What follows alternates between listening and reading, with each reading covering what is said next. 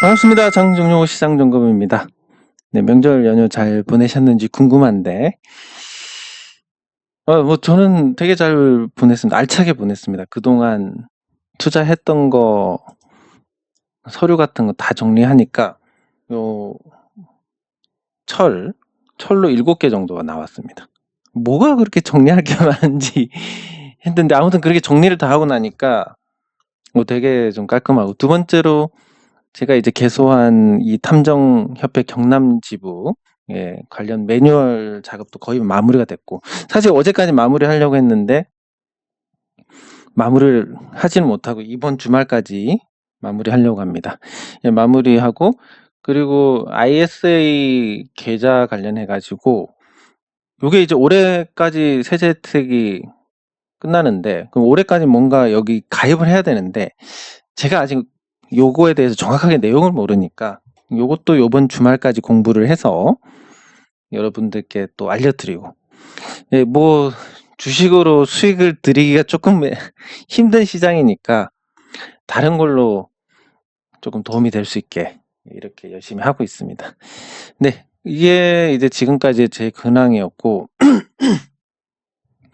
뭐 휴식도 많이 했고, 그리고 추석 때 좀 이제 생각한 게,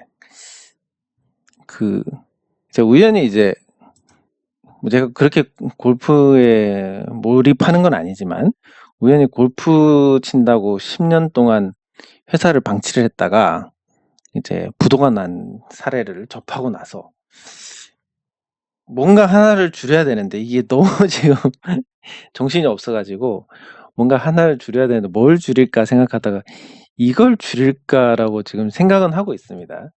근데 또 이 사람 일이라는 게 그렇지 않습니까? 줄이려고 하니까 점점 잘 돼가지고 지금 이제 느낌에는 한 80대까지 들어온 게 아닌가 싶을 정도로 지금 잘 되고 있는데, 물론 이건 저의 희망사항이 포함된 건데, 그래서 뭔가 시간이 없다면 얘를 좀 줄여야 되지 않을까 이런 생각은 하고 있습니다. 그렇다고 뭐 제가 되게 많이 치러가는 건 아니고, 이 생각이, 그러니까 뭐 보면, 놀 때 보면 그 골프 유튜브를 본다든지 항상 이 생각을 하고 있으니까, 그런 생각을 좀 줄여 나가는 게 맞지 않을까, 뭐 이런 생각 하고 있습니다. 그래서 제 근황은 이렇고, 여러분들께서는 추석 때 이 형다 그룹 관련해서 조금 걱정을 하셨을 텐데, 제가 그 걱정을 하실까봐 여기 글을 좀 미리 썼었습니다. 아이고, 그러니까 하루 전에 글을 썼는데, 뭐 별거 아니다 뭐 이런 내용입니다. 내용이 왜냐면 이제 이건 그냥 별거 아니다. 왜? 비교를 해보면 일단 파악이 가능하기 때문에, 금융시장에서 가장 문제가 되는 게 파악이 불가능한 거에 대한 문제입니다.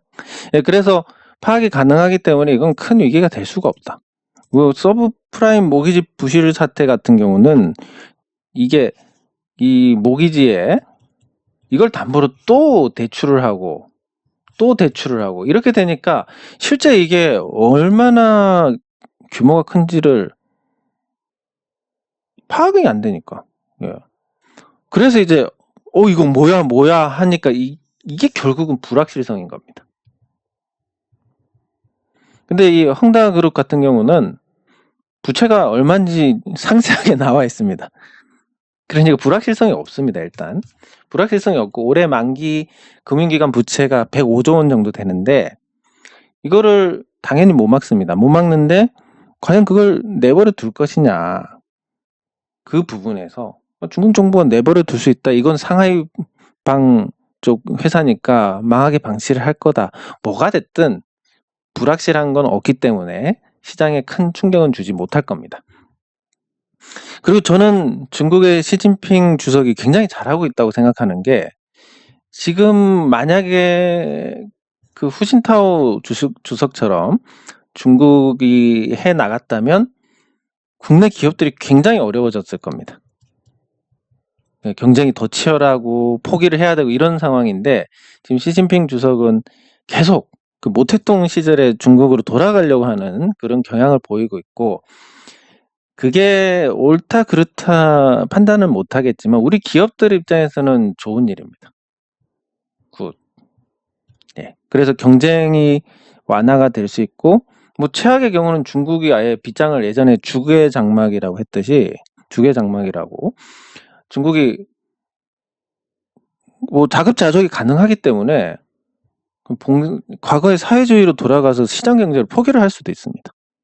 제가 가장 바라는 시나리오인데 이렇게 되면 이제 중국에서 구매력이 있는 1억 명 정도의 중국 중산층 이상의 투자자들은 중국 내 자산을 이제 언제 뺏길지도 모르고 사유재산이 인정이 안 되기 때문에 해외 투자를 굉장히 많이 할 건데 가장 유력한 게 대만하고 한국, 뭐 싱가포르 이 정도입니다. 그럼 이쪽으로 자금이 왔을 때 어떻게 될 것이냐. 뭐 엄청난 장사가 펼쳐질 것인데 물론 이 가능성은 아주 떨어지는 거긴 하지만 요런 가능성이 아예 없다라고 볼 수 없는 정책을 계속 해 나가고 있기 때문에 그래서 개인적으로 시진핑 주석을 굉장히 응원을 하고 있습니다. 네, 아주 좋은 방향으로 가고 있고 그게 우리한테 좋은 방향이고 중국한테 나쁜 방향이기 때문에 그렇습니다. 네, 그래서 지수는 오늘 제가 말씀드린 것처럼 뭐 제가 맞췄다는 의미가 아니라 그러니까 불확실한 게 없었기 때문에 시장은 잘 버텼습니다. 그리고 첫 번째 바닥에서 두 번째 바닥을 충실하게 만들어 가고 있는데 사실 뭐 두 번째 바닥이란 게 없이 이렇게 갈 거다라고 예상을 했던 부분 그리고 3150선을 기준으로 했을 때 아직까지 뭐 두 번째 바닥이라고 하는 것보다는 조정받고 횡보하는 형태로 지금 보는 게 더 적절할 것 같긴 한데 관련 역량 헝다그룹 예. 관련 역량이 결국은 그렇게 될 겁니다. 이 헝다가 부동산 1위 업체이기 때문에 만약에 뭐 상하이파 기업이라서 망하게 한다? 그냥 걔네들 다 내보내고 경영 책임을 씌워가지고 정부에서 지원해서 국유그룹으로 만들어버리면 되고 그게 지금 시진핑 주석이 하고 있는 작업들입니다. 왜냐하면 미국과 지금 경제 정쟁을 하고 있는데 미국과 경제 전쟁에서 사기업보다는 공기업이 훨씬 더 버티기가 좋을 것이다. 왜냐하면 지원을 하면 되니까. 그래서 국유화를 하는 경향이 굉장히 강하고 이것도 그냥 다 반대파라면 다 쫓아내고 국유화 시켜버리면 되는 거니까 조기에 수습이 되지 않을까. 예, 이렇게도 보고 있는데 그래서 시장에 큰 영향 없이 양호한 흐름. 그리고 수급적으로 보더라도 위기 때마다 외국인이 등판을 해서 또 주가를 말아 올리니까 코스피는 크게 걱정할 부분이 없을 것 같습니다. 다만 이제 문제가 되는 게 코스닥인데 코스닥이 왜 문제가 되냐면 코스피는 뭐 외국인이 지켜주든 아니면 뭐 다른 사유로 뭐 대기 매수세가 작동을 하든 뭐든 괜찮은데 코스닥은 지금 코스닥 시가총액 상위 종목들 그 종목들의 어떤 주가가 너무나 많이 올라 있습니다 지금. 그래서 코스닥 시가총액 상위 종목들 때문에 예를 들면 이렇습니다. 코스피 시가총액 상위 종목들을 열거를 해보면 삼성전자, SK하이닉스, 네이버, 삼성바이오로직스, LG화학, 카카오, 삼성 SDI, 현대차, 셀트리온 이렇게 10개입니다. 그 중에서 삼성전자라든지 SK하이닉스 그리고 현대차 얘네들은 크게 빠질 이유가 없어 보입니다. 그리고 삼성전자 우선주도 마찬가지고 크게 빠질 이유가 없고 그리고 네이버도 잘 버틸 것 같습니다. 그럼 문제가 되는 게 이제 삼성바이오로직스, LG화학, 카카오, 삼성 SDI, 셀트리온인데 삼성바이오로직스나 셀트리온도 뭐 만성으로 지금 주가를 계속 유지를 하고 있기 때문에 얘네들이 뭐 갑자기 빠질 만한 그런 이유는 크지 않아 보입니다.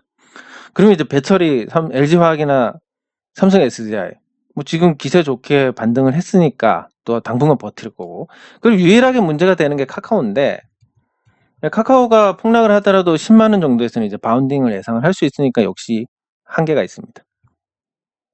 그래서 코스피 시가총액 상위 종목들은 뭐 크게 문제가 없다.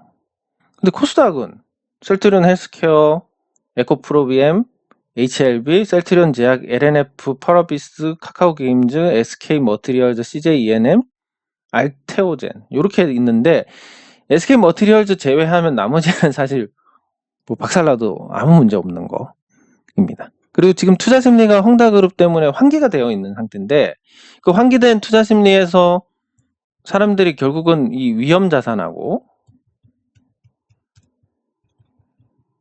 안전 자산하고 여기서 그런 위기가 생길 때마다 제가 이런 말씀 드렸는지 모르겠는데 요즘 세상이 너무 조용하기 때문에 조심을 해야 될 부분이 있지 않나. 너무 사건이 없다. 주식시장에 큰 충격을 줄 만한. 예, 그래서 그런 관점에서 안전자산에 대한 어떤 상기를 시켜줬다. 뭐 요렇게 본다면 그럼 위험자산에서 자금이 빠져나가고 그럼 위험자산 내에서도 또 덜 위험자산하고 더 위험자산이 있는데 코스닥이 더 위험자산입니다. 그리고 안전자산 서놓으면 돈의 흐름이 이렇게 됩니다. 위험자산에서 안전자산으로 넘어가고 더 위험한 자산에서 덜 위험한 자산으로 넘어가서 이게 다시 넘어가는 이런 구조가 되니까 자금은 더 위험한 자산에서 빠진다. 그럼 코스피, 코스닥 단순하게 두 개 비교하면 코스닥이 더 위험한 자산이다. 그럼 코스닥 시가총액 상위 종목들 말도 안 되게 많이 올랐다. 그리고 그 중에서 뭔가 근거가 있게 오른 종목이 뭐냐? SK머티리얼즈 제외하면 딱히 설명이 안 된다. 그러면 이게 한꺼번에 무너질 수 있다. 그래서 제가 지금 돈이 없기 때문에 뭘 사서 보여드려야 되는데 그게 안 되니까 좀 안타깝긴 한데 11월 중순까지는 뭐 안타깝지만 어쩔 수 없는 것 같습니다. 그래서 어쩔 수 없지만 그 11월 중순까지 제가 사지는 못하고 그냥 입만 나불댈 수밖에 없는데 코스닥은 조금 조정을 받지 않을까. 지금까지 시각하고 다릅니다. 왜냐하면 헝다가 큰 위기를 주지는 않을 것이지만 안전자산과 위험자산에 대한 어떤 환기는 시켜줬다. 그러면 위험자산에 대한 재평가가 이루어질 것인데 SK머티리얼즈 제외하면 뭐 멀쩡한 종목이 없을 정도로 다들 고평가다. 그러면 코스닥이 조금 조정을 받지 않을까. 그러면 지금 코스닥 인버스가 어떻게 현금이 만약에 되게 부족하다. 현금이 부족하다. 이런 분들에게는 좋은 대안이 될 수 있지 않을까. 인버스는 2배 현금의 효과를 내니까. 예, 그렇게 보시면 이 지수 차원에서는 그렇게 보시면 괜찮을 것 같습니다. 네, 그리고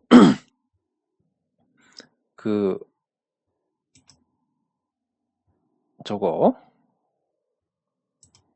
댓글 확인하도록 하겠습니다.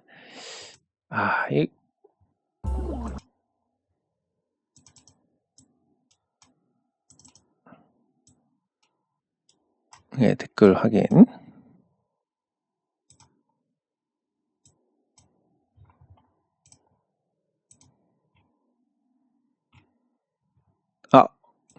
예. 네, 아쉽게 됐습니다. 사실 말씀하시고 나서 상한가를 갔으니까 어떻게 보면 대단한 건데. 예.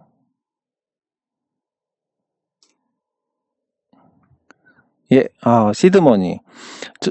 저는 이게 이제 지금은 편하게 얘기할 수 있지만 제가 언제부터였냐면 아무튼 거의 한 6, 7년을 한 달에 10,000원이 안 남아가지고 정말 좀 숨이 지금 생각하면 숨이 답답할 정도의 삶을 살았는데 그게 지금 와서는 이제 그때 생각하면 되게 행복한 그 군대 갔던 것보다 더 심했으니까 지금 생각하면 예 그래서 근데 뭐 과정은 그렇습니다.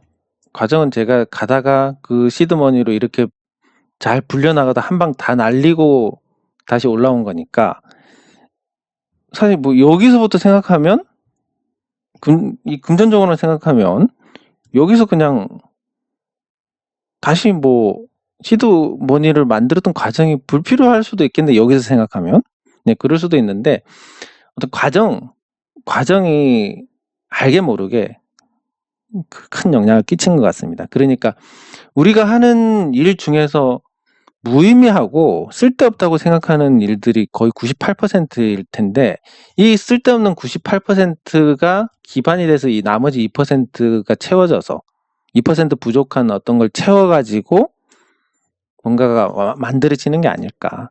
그래서 이 과정들이 결과론적으로 보면 여기서부터 뭐 이렇게 했으면 문제가 아니 이게 이 뒤에 과정은 필요 없는 거 아닌가? 생각해도 될지 모르겠지만 무형에 뭔가가 있었다라고 믿고 싶습니다. 예. 네, 감사합니다. 예, 여러분들 계속 제가 말씀드리지만 여러분들의 피 같은 돈을 가장 잘 지키고 가장 잘 키워갈 수 있는 사람이 자기 자신 외에는 없습니다.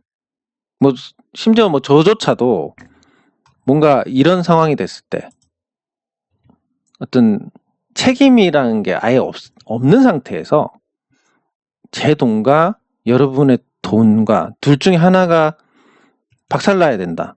아무리 저라도 뭔가 책임이 따르는 부분이라면 모르겠지만 아무것도 없다라고 하면 당연히 저라도 이거를 선택할 수밖에 없는 겁니다. 그래서 여러분들께서 내 자신의 자산을 가장 잘 운영할 수 있는 전문가가 스스로다라는 거 항상 여러분들께서 매일매일 생각하셔서 그렇게 믿어 나가시는 게 좋습니다.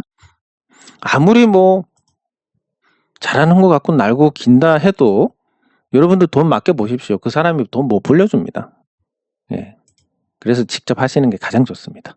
예, 많이 쉬었습니다, 이번에. 너무 많이 쉬어가지고 컨디션은 좋은데 뭔가 다 마무리 하려고 했던 걸 마무리하지 못한 그런 상태입니다.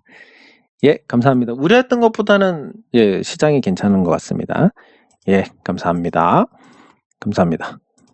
감사합니다. 아, 네. 근데 저는 그렇게 생각합니다. 이게 지금의 이 후회를 하는 게 과거를 바꿀 수는 없습니다. 그러면 이미 손실액이 나와 있는 거는 돌이킬 수가 없고, 근데 이 후회가 계속된다면 다음 판단을 흐리게 됩니다. 흐리게 만듭니다. 판단이 흐려지면 여기서 잘못된 판단을 하는 게 아니라 누군가에게 의지를 하게 됩니다. 이 의지를 하게 되면 점점 스스로 판단하는 게 자신이 없어지고, 그러면 남한테 의존을 하게 되는, 내 소중한 자산은 남한테 의존을 하게 된다. 다행히 그 사람이 맞으면 좋겠지만 이 주식시장이라는 건 미래를 아무도 모르는 건데, 차라리 내가 틀려서 내가 계속 보완을 해 나가는 게 낫지만 남이 틀린 거 보면 어떻게 됩니까? 아, 얘 못하는 애네? 잘하는 애 또 찾아갑니다. 얘도 틀리네, 얘도 못하는 애, 또 잘하는 애 찾아갑니다. 못하네. 그러면 자기 자신의 발전이 없는 상태로 사람만 계속 가려보다가 투자금이 다 없어지는 겁니다.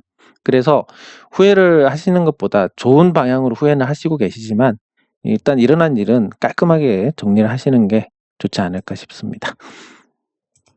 네, 감사합니다.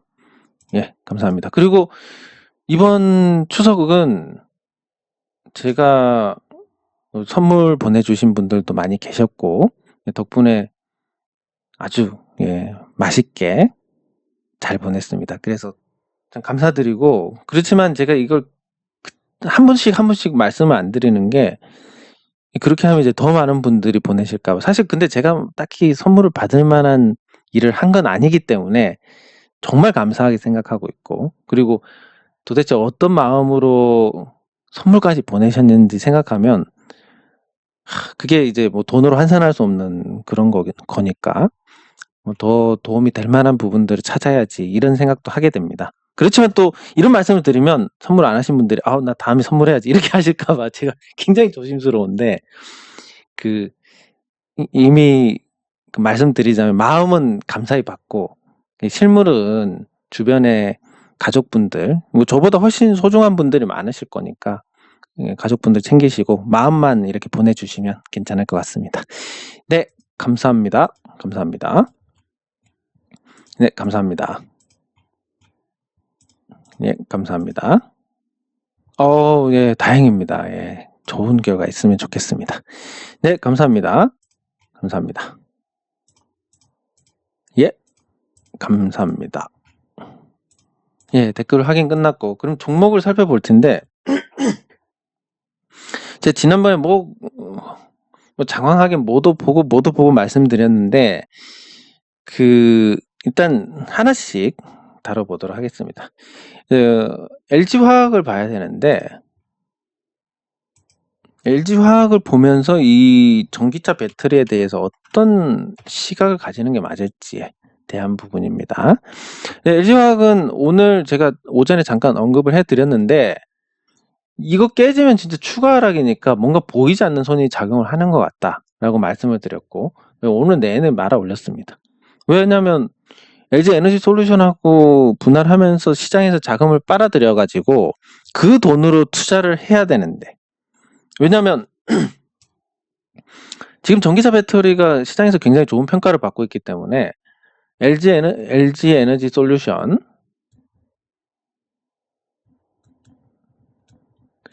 이걸로 분할 상장해서 75% 지분 남기고 25%를 시장에서 조달을 한다. 이것만 해도 사실 엄청난 자금이 조달이 될 겁니다. 아니, 그럼 LG화학에서 돈 번 걸로 투자를 하지. 왜 굳이 시장에서 자금을 땡기려고 하느냐? 왜? 돈 벌 것 같으면 할 건데 안 될 것 같으니까 시장에서 땡기는 거 아니겠냐? 이런 생각을 해볼 수가 있습니다. 그럼 재무제표를 간단하게 살펴보면,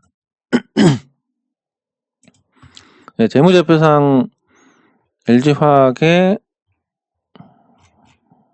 현금이 이제 한 4조 1,800억 많이 늘어나 있습니다. 현금. 그리고 지금 부채,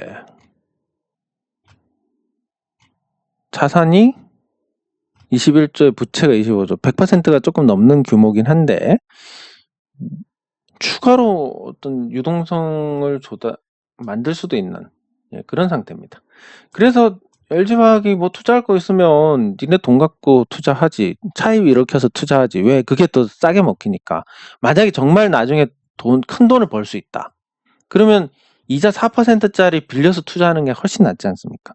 근데 굳이 시장에서 이렇게 자기 지분을 희석해가면서 자금을 조달하는 이유가 뭐냐? 돈 못 벌 것 같으니까. 이렇게 볼 수 있습니다. 그래서 지금 그냥 제 추측입니다. 당연히 추측인데, 뭔가 이 LG화학의 주가는 LG그룹 전사적으로 관리를 하는 느낌이랄까? 왜냐면 주가가 깨져서 시장에서 자금 조달 못하면 자기들이 자금 조달을 해야 되니까. 그럼 자기들도 돈을 못 태우는데 왜 투자자들한테 태우라고 하느냐? 이런 관점에서 본다면 LG화학이 지금 굉장히 위험한 상태다. 주가 관리를 하고 있으니까 오히려 지금은 나을 수 있지만 중장기적으로 봤을 때 이미 화재가 2번 일어났습니다. 한 번은 우연일 수 있지만 2번은 우연이 아닙니다. 이게 앞으로 몇 번이나 더 생길지 모르는 일이고, LG화학이 전 세계에 한 70개 정도 되는, 30개 정도 되는 자동차 메이커하고 납품 계약을 한 걸로 알고 있고, 일부는 실제 대량으로 납품이 들어간 데마다 화재가 나면 어떻게 되겠습니까? 예, 그래서 기술적으로 보면 지금은 관리도 하고 있고, 또 60주선을 첫 이탈했기 때문에 상승한 이후로 첫 이탈입니다. 그리고 이게 보통은 확인을 하는 절차가 있으니까 단기적으로는 반등을 할 수 있겠지만 회사의 어떤 가치 측면에서 본다면 굉장히 부담스러운 부분이 크다. 예, 이렇게 봐야 될 것 같습니다. 예, 그래서 LG화학이 올해 대규모 흑자를 보고, 근데 그게 이제 유가가 상승하면서 그 흑자도 옅어질 가능성이 크고, 과연 전기차 배터리로 돈을 벌 수 있는 회사가 어디에 존재를 하느냐? 배터리 자체가 마진이 거의 없는데. 그리고 전기차가 보조금 없이 내연 기관하고 경쟁을 하려면 적어도 한 2025년 정도는 돼야 되는데 한 3, 4년 동안 계속 그 마진 없이 가야 되는 겁니다.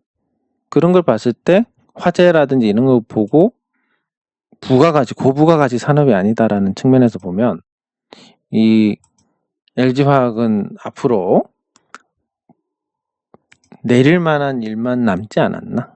기술적 반등이야 나오겠지만, 예, 이렇게 보고 지금 전기차 배터리 관련된 전체에서 유동성이 빠져나갈 만한 그런 상황이 아닌가. 그게 항상 그렇지만 어떤 특정한 계기에 빠져나갑니다.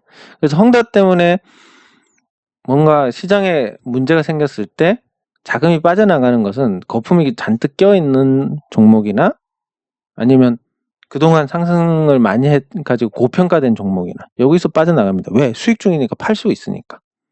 예, 그래서 LG화학 굉장히 조심해야 되지 않을까. LG화학뿐만이 아니라 에코프로비엠이라든지 이런 관련주들, 아니 배터리가 못 남기는데 에코프로비엠이 양극재 뭐 하든 뭘 하든 뭐가 얼마나 남겠습니까?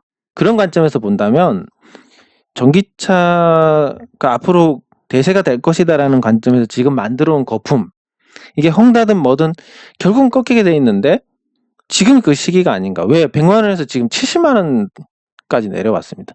고점 대비해서 10%가 깨지면 추세 전환인데 마이너스 30을 찍었습니다. 100만 원에 샀던 사람들은. 그럼 뭐 끝났다고 봐야 됩니다. 기술적 반등이 나올 수는 있겠지만 예, 거의 뭐 다시 100만 원까지 갈 일은 없을 것 같다. 이게 이제 또 나오는 게 LG화학뿐만이 아니라 카카오. 예, 카카오가 지금 내려가는데 카카오는 요런 형태로 보시면 될 것 같습니다. 더 내릴지 아닐지는 모르겠지만 만약에 추가 하락한다면 이 10만 원에서는 바운딩이 있을 겁니다. 그러면 이거는 단타로 접근은 가능합니다.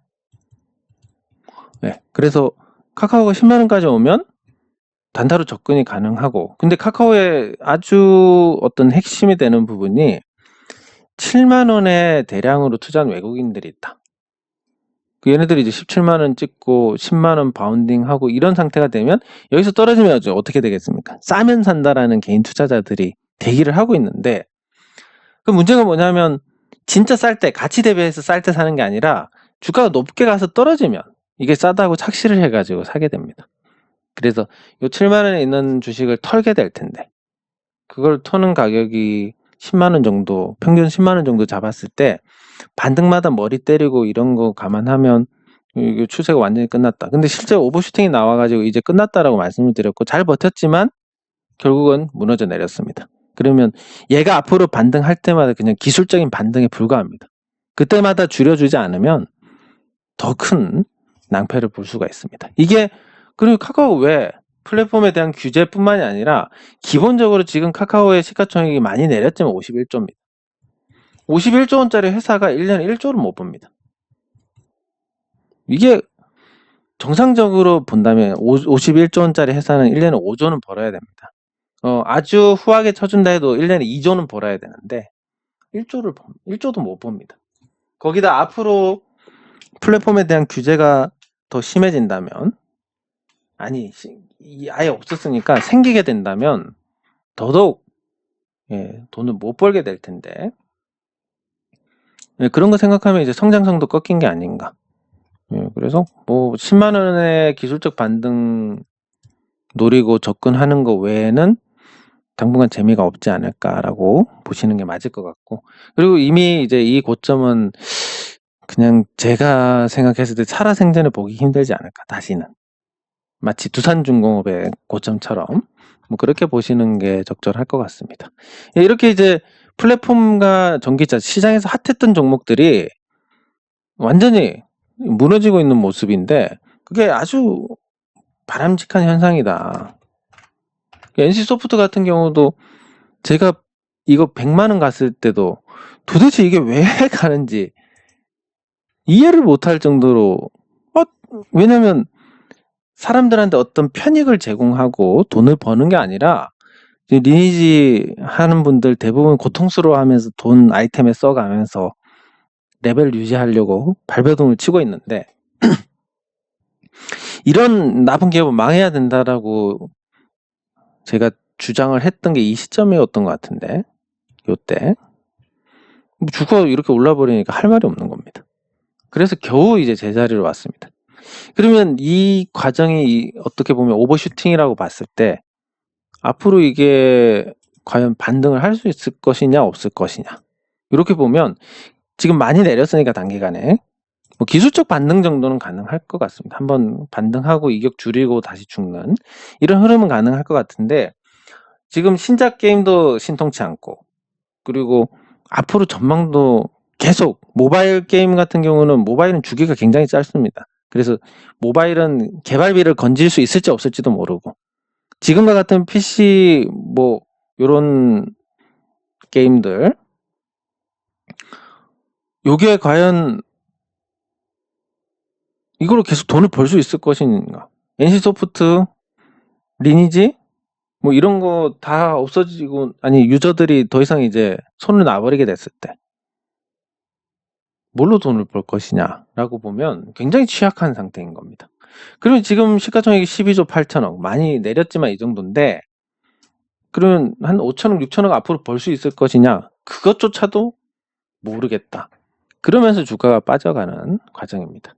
이런 걸 보면 앞으로 뭐 시장에서 NC소프트도 뭐 기술적 반등 이상을 기대하기 어려울 거고 얘는 LG화학보다 더 큰 게 100만 원 찍었다가 지금 50만 원대니까 마이너스 40% 이상입니다. 뭐 잡주 위험하다 이럴 그게 안 됩니다. 왜? 대형주 사서도 대형주도 비싸게 사면 30% 40%짜리 마이너스 얻어맞는 거 흔한 일이니까. 거기에 반해서 네이버는 잘 버티고 있습니다. 네이버가 잘 버티고 있는 건 플랫폼 규제 이후에 어떤 부진한 흐름을 이어가고 있지만 추가 하락이 나오지 않고 있습니다.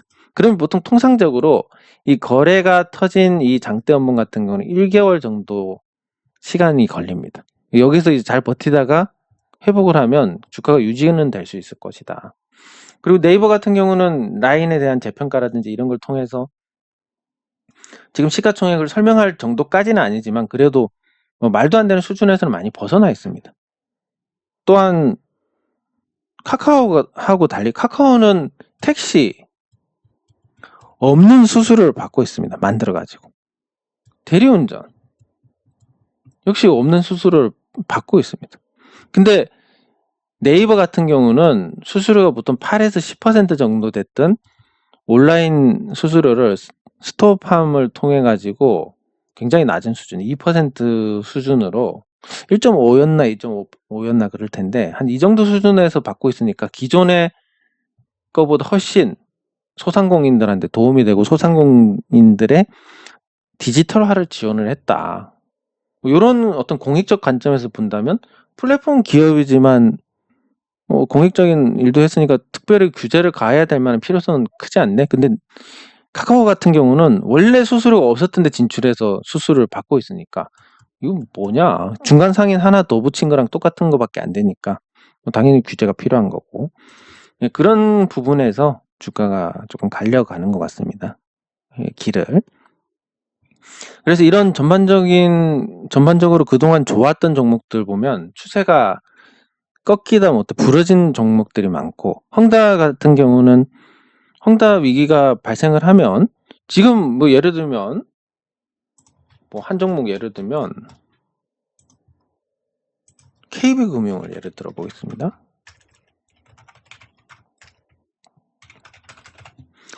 KB금융을 예를 들면 뭐 물론 뭐 코로나 때보다는 조금 올랐지만 KB금융의 시가총액이 21조 4,141억 그리고 자산가치가 45조 7,254억 자산가치 절반도 안 됩니다. 실적가치 올해 예상되는 순이익 세금 다 떼고 순이익이 4조 2,987억 뭐 그러면 보통 10배를 하더라도 아주 인색하게 주면 10배인데 42조짜리 절반밖에 안 되네? 그리고 외국인 지분율 한 67%, 67.51%. 그럼 여기서 만약에 외국인이 안 팔고 뭐 헝다 위기로 시장 전체가 흔들린다. 그럼 얘가 뭐 내려봤자 얼마나 내리겠습니까? 이렇게 저평가인데. 그러니까 저평가 종목들은 뭐 내려봤자 크게 내리지는 못할 겁니다. 찔끔 내리고.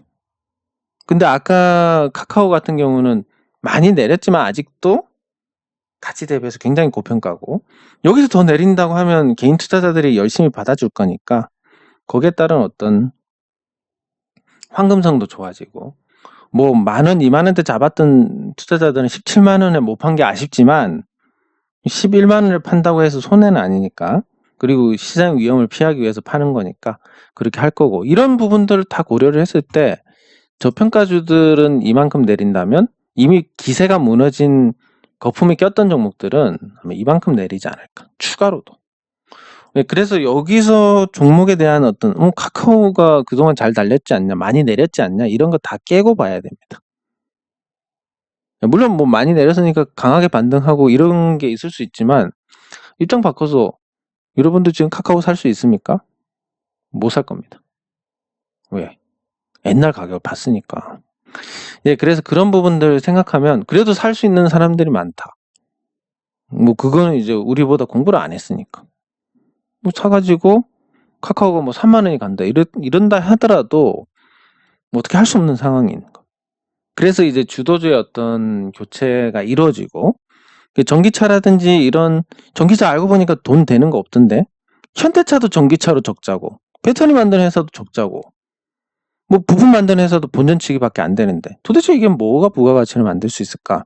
나중에 경쟁이 치열한 부분이 끝나고 나서 승자가 독식을 할 것이다. 그런 구조가 아니니까. 배터리도 아니고 게임 아니고 도대체 뭘까? 네, 별거 없는 겁니다. 뭐 제약바이오? 당연히 아닐 거고. 그리고 어떤 시장에서 핫했던 종목들 플랫폼? 지금 일본의 소프트뱅크 손정희가 플랫폼에만 투자를 하고 있는데 규제 받으면 말짱 도루묵입니다. 그리고 외국인 투자자들 금융주에 투자 많이 하는데 정부 규제 때문에 굉장히 저평가되어 있지만 뭐 더 내릴 부분은 없고 뭐 이렇게 됐을 때 가능성이 오히려 조금 있는 것들은 저평가된 종목들이 아닌가 이렇게 시장을 정리를 해볼 수가 있겠습니다. 물론 제 말이 틀릴 수도 있고 전혀 엉뚱한 방향으로 전개가 될 수 있겠지만 현재 주어진 정보에서 과거의 경험을 토대로 판단했을 때 가장 확률이 높은 게 이게 아닌가 생각을 해볼 수가 있겠습니다. 네, 장 종료 후 시장 점검은 여기서 마치도록 하겠습니다. 수고하셨습니다.